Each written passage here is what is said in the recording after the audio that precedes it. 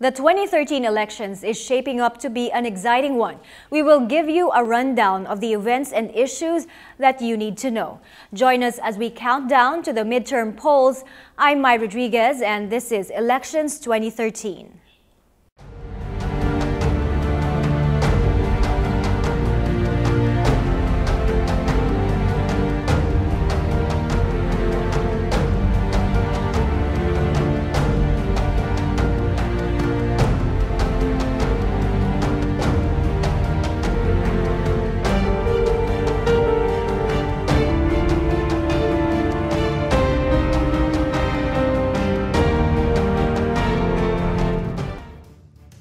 In the 2010 elections, 54% of the total voting population comes from the youth bloc. This means that 34 million voters belong to the 18 to 34 age bracket. This is a picture of the power the youth holds in shaping the outcome of the elections. The state encourages the participation of the youth in nation building. Article 2, Section 13 of the 1987 Constitution clearly states that the state recognizes the vital role of the youth in nation building and shall promote and protect their physical, moral, spiritual, intellectual, and social well-being. The youth is also encouraged to get involved in public and civic affairs. Sa ating kasaysayan, mahalaga ang youth vote. Sa tingin ko, youth vote yung dahilan kung bakit nag-number 2 or baka nanalo pa nga si Miriam Santiago noong 1992. Ito ang dahilan kung bakit noong 1998 maganda yung ranking ni Senator Raul Roco noong election ni Obama. And it was successfully replicated by Noynoy Aquino in 2010. Yung sense of volunteerism, yung pride among young people. Representative Mon Palatino of the Kabataan Party List emphasizes the preferences of Filipino youth voters in terms of choosing their candidates. The power of the youth to influence public opinion. At saka, so itong power of young people to influence public opinion can be wisely tapped to influence election agenda next year. So ano yung preference ng kabataan? Definitely, may role dyan yung mainstream media. Very important pa rin for young people yung usapin ng education, yung usapin ng employment, yung personal characteristics ng mga kandidato. Integrity, mahalaga yan. Yung record. Pero isang mahalagang issue sa tingin ko, naging active ang mga kabataan ngayon, yung usapin ng environment. But in a government filled with issues of corruption and proliferation of traditional politics, many of our youth lose hope in the country's electoral system. We have to recognize that many of our young people have become cynical pagdating sa elections. They're turning their backs on politics. And it's understandable. Turn off sila doon sa mga trapos, sa mga political dynasties, sa mga epal. If everybody will reject politics, sinong matitira online? Marami sa kanila, yung hindi pagboto is a sign of protest. Kumbaga, ini-interpret ko yung hindi pagboto ng maraming mga kabataan, hindi dahil sa wala silang pakialam, kundi naging cynical na sila. Palatino also emphasizes the need to educate youth voters. Marami pa rin kabataan, unfortunately, na ang kanilang criteria ng pagpili ng mga kandidato ay dapat pagbutihin pa. Andyan pa rin yung influensya ng money politics, yung voting by popularity, yung dominance ng political dynasty, nandyan pa rin. Dapat sa murang edad pa lang, paturuan yung ating mga kabataan kung ano yung tamang pagpili ng ating mga... With me is our resident election analyst, former COMELEC Commissioner, Attorney Gregorio Larrazabal. Good evening, Goyo. Good evening. And joining us tonight is Teresa Carlos, Chairman of the UP NCPAG Student Government, and Gang Badoy, founder of RockEd Philippines. Good evening. Thank you for joining us tonight. First of all, let's talk about NCPAG. What is your group doing in this particular elections? For this particular elections, how are you mobilizing the youth and making them aware of the issues? So for NCPAG, we have the administration and the NCPAG student government partnering with the University Student Council on our campaign, Tatakbo Tante.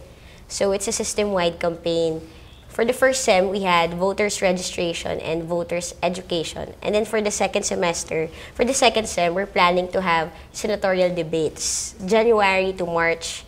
So we're still working out, contacting the senatorial candidates. We're hoping to get them all. Gang, tell us about ROC-ED. What are you doing this time around for 2013?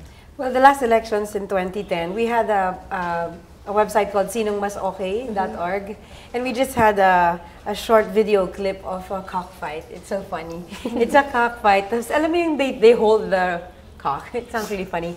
And they try to match each other's Sino mas okay. kung sinong mas okay. And then it goes slow-mo, and then it says something like, bago bumoto, alamin sinong may hawak ng manok mo. And I think it's a symbol of everything you need to ask before you vote for someone. Because I think that determines how they'll perform. You have to get to know them. That's why I'm such a firm believer of get to know them personally. Yes. Kahit anong sport nila, are they vegetarian, kahit yun eh. I think even, my God, we're so celebrity obsessed anyway. We keep featuring everybody. So there's a chance for us to get to know our candidates with more dimensions. Unlike before, I think during the time of our parents, they just know what's on the leaflet. Yes. Kung anong year nag-graduate, anong course, kung valedictorian ba siya. And it's so one-dimensional, and then the only one picture, di ba? Yes. Yung forever picture. How do you see the change of attitude of the voters now with the web, Google? It's so easy to check on a particular candidate if there's It's an also issue. easy to ruin a candidate, by Yes. the way. di ba? Exactly. It works both ways. Social media now it's very harsh, right? Yeah, which is why I think the goal is really to have a more intelligent internet user. You can't just believe what everyone, kung konting ganda lang ng website, kala mo totoo na or something. We really have to be smarter than the website maker or etc. Tama. But now, ang new dimension na nakikita ko for these elections, Twitter was active, of course, in 2010, but not like today, you know. It's 1,000-fold, you know, more active. I think back then, it wasn't much of a factor if they respond or not. Sa Twitter, there are accounts of celebrities and there are accounts of politicians. Yes. Sa accounts of celebrities, you have hundreds of thousands, millions, some. Millions But for even. some politicians, like 1,000, 500. Why? Parang people, do they Is there want, still a celebrity pool? Nasa starstruck pa, of course, yung mga some of our Starstruck ba youth. sila sa politician or sa For Sa the celebrity. celebrity status. celebrity to endorse? Oh, Yeah, of course. I think that's our culture. But it's not just culture. It's not just Filipino. I think the reason why, sorry, can I explain? I think one of the reasons why we're so awed when we see a celebrity in person is because they're so familiar. We think we know them. And when you see it, parang, whoa, biglang 3D, totoo pala tong taong to. Parang ganyan, like, sometimes I accidentally say hi to artistas. I keep forgetting yung pala kilala itong mga to. And that's the fascination, I think. That's why I think even politicians can pick up on that rhythm. Meaning, there is an impression of them. Yes. And then there is a 3D chance. That's when they turn around votes eh. Exactly. When they meet you live, in the handshake, in the actual smile, in the etc. But is it also because in Twitter, like, if you don't reply, there's going to be a lot of negative feedback also to account, right? People You know, get mad. If you it's a don't mob. answer, they get mad. You know, that mob psych will happen anywhere. On Yes. the net, live, or, you know, in a restaurant, it can happen. Mas feeling mo may makakampi ka, ang tapang mo eh. But yes, that's one. But being on Twitter in the first place, it means you're willing to engage, Yes. right? Yes. Oh, yes, you're right. Yeah. You're right. If you're a politician and you have a Twitter account, don't pretend What do like you have nagugulat ka that what do you're you have not the account replying. for if you're not going to Yes. reply? Yes, and Right? one thing about Twitter, I think a lot of the politicians at the start of the elections last time, they imagined it as an additional press con podium, but it isn't. It's actually a venue where you can talk to someone.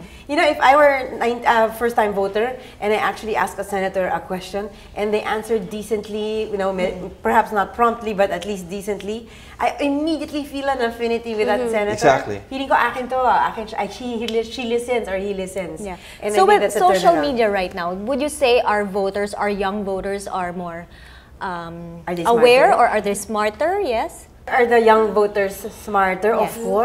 Of course, many reasons. Technology being one, info access being one. Are they smarter than us before?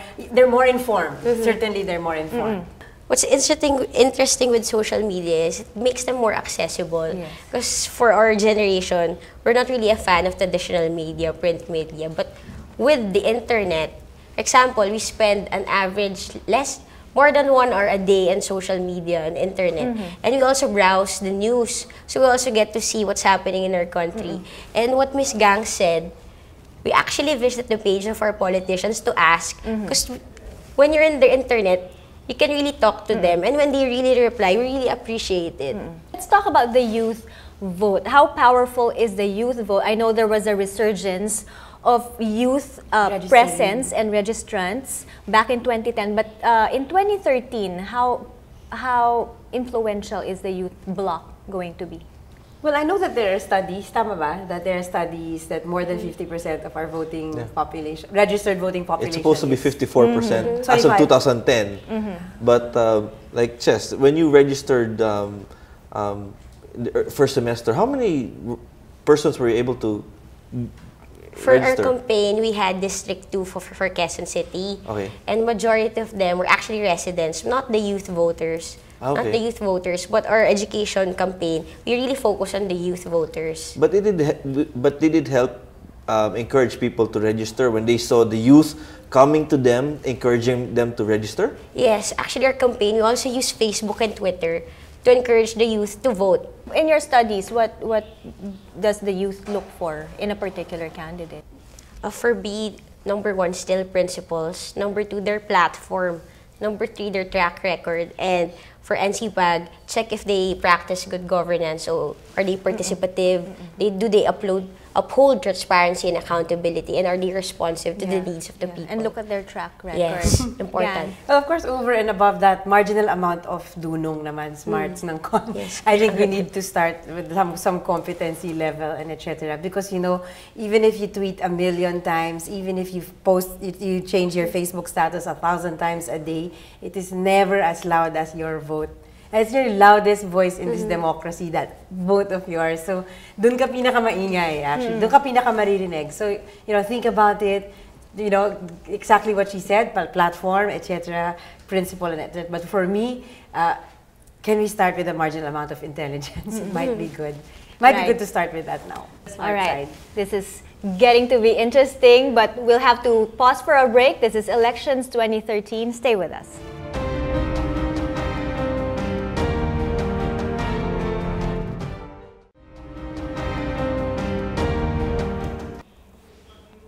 You're still watching Elections 2013. We're talking about the youth vote with our guests, Gang and Chess. So how does social media today affect the youth, and how does it play in the coming elections? For me, for us, the youth, the social media is another venue for us, for the candidates to reach us, and also for us to reach the candidates. So in the youth, we have groups in the social networking sites like Facebook. And then we also can engage in discussions there. So among our peers, we can discuss sino ba yung gusto mo iboto, sino mo sino. And during the 2010 elections, interesting to note, most of my friends were actually active on Facebook. Pinunta nila yung mga DPs nila to support their candidates. They made posts when it was already election kasi boto na kayo. So yun, it's really interesting to note the effect of the social media on the youth now. But just how do you relate this to how the youth voted before? Usually, di ba? Okay, your parents tell you, "Oh, I'm going to vote for this candidate." You also vote for this candidate. How do you? I'm so glad you brought that up. How do you relate? I think a lot of us, not just the young ones, a lot of us, we really inherit our political sway. We really do. Yeah. Whoever you heard, your uncles talked about, your mom talked about, your dad talked about growing up. If they say they don't like politician A, and you find yourself in an inuman somewhere else, you say it, ako rin, ayoko this politician. We rarely stop and pause. Akin ba yun? Parang is that my opinion? I think if you're watching and you're seeing us and you're about to vote for the first time, isipin mo, is this my vote? Yes. Parang did I just inherit this? How do you tell, for example, Chess, no, your parent has a candidate she's supporting and you're supporting another candidate? How do you tell your parent that, Mom, Dad, I respect you, but this is my choice? How do you tell them? Actually, that happened I to don't. us. I You don't? Especially Yeah. there's a, they say there should be a rule, no talk about politics In the family. in the family, right? No, Or but- in the but dinner how- but table. But politics is a family business in the Philippines. What I more think are it's we healthy if doing? you can ask your parents why. If the child can ask the parents, bakit siya iboboto? And then the parents answers with a good answer. We But do should you vote. see it now? The youth having their own decisions in terms of who to vote for? Or you just don't tell your parents and you just vote? I think there's a start. There's a start. Certainly, in the Philippines, we know it is very difficult to defy your parents, right? But you know what? There have been many stories of families breaking apart because of politics. Because Yes. not running for politics, but simply the choice of Their candidates. vote, their vote. Yeah. mismo. I think that's one of the things that the young voting population should really watch out for. Like, did you inherit your vote, or is it yours? And you have to answer at the end. By the time you're there in the precinct, this is my vote. I researched for it. I got to know. I went to a rally if I could. I shook his hand if I can, her hand if I can.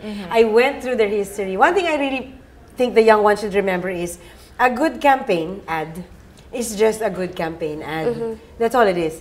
If I may quote Attorney Oli Reyes, he always says, a tagline is just a promise. History is evidence. What has he done? What did he stand for? What kind of laws did he pass before? Now, that's a question, no? How do you distinguish PR and marketing spin as compared to actual accomplishments of a particular candidate? It's Kasi a lot of... it's up to the voter to get Yes. out and get the 3D. Because we will always just be subject to the 2D, which is TV, radyo, ang galing ng ad, nahuli ako nung dance number, whatever, Gangnam Tutu. But actually, you have the power to go to a forum in NCPAG. You have the power to actually sit through a debate. You have the power to actually go to a university that has a forum where your candidate is there. Ako, I suggest if you're down to a short list, go to where they are, meet them in person, ask them, tweet them. So, as a new candidate, how do you overcome that? As a new candidate, di ba, wala kang name recall, you haven't been in public office, so how do you make sure people know you and remember you on election I think day? on the national scale, it's a bit difficult. You really need the help of magnifying Media. factors like media. But if it's local, you really go barangay. I mean, di ba, ang dami-daming, may kaibigan ako, congressman, parang lahat ng patay sa district niya, pinuntahan niya. I think it's really how it is. It's the handshake that gets Yes. the vote.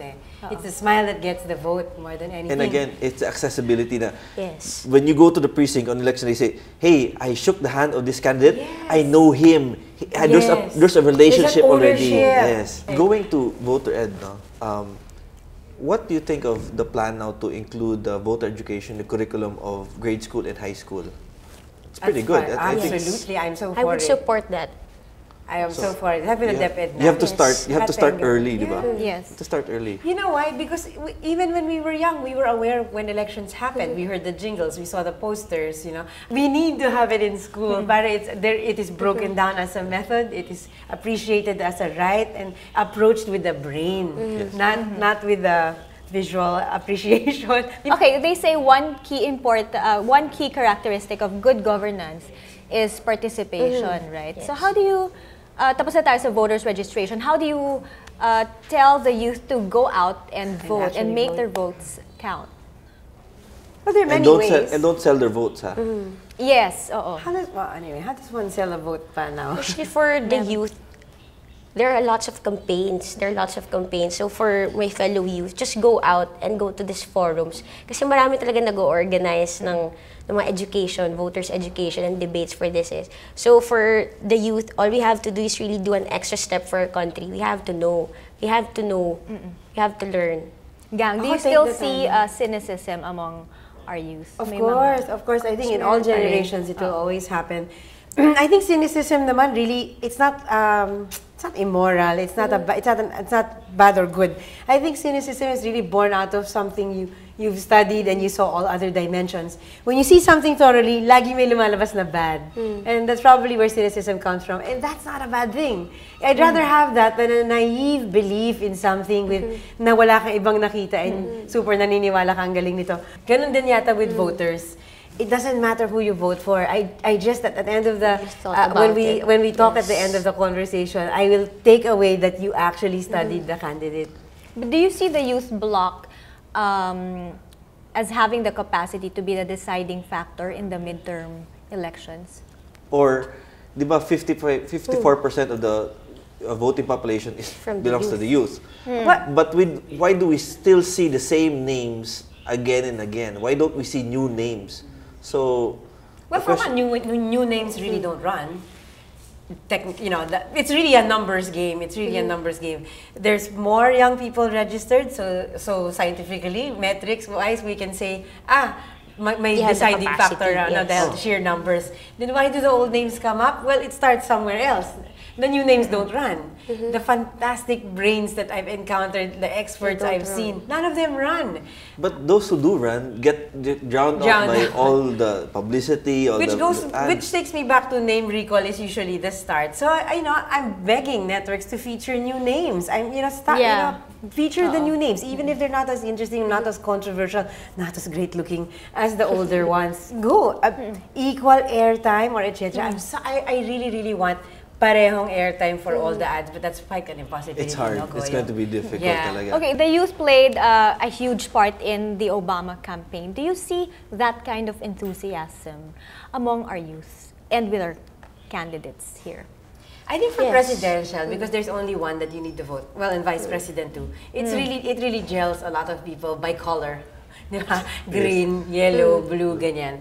For senatorials, for this midterm, I'm not sure how solid that can happen, the Obama thing. Perhaps we can study that for 2016. Right now, kasi you have to choose 12, you have to choose your mayor, your governor, your etc. So there's not much one.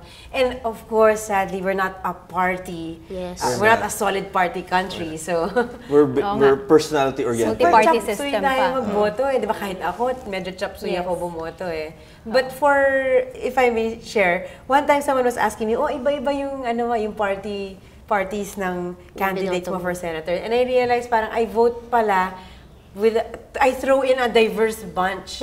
Because I feel like I'd much rather you debate and scream at each other rather than high five under the table all the time and pass laws, ganun na lang.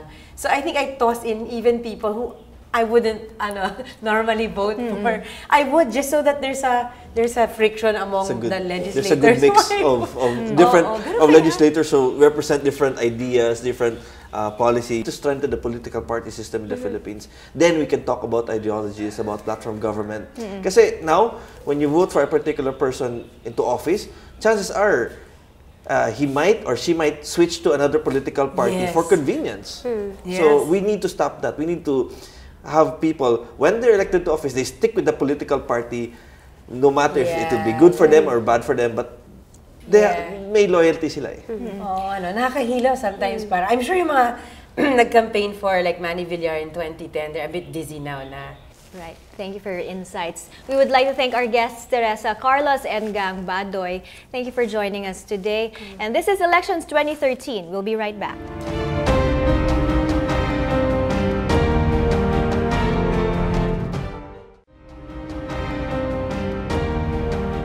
Let's go back to our discussion on the youth vote. So Goyo, how significant will the youth vote be in this midterm elections? What do you think?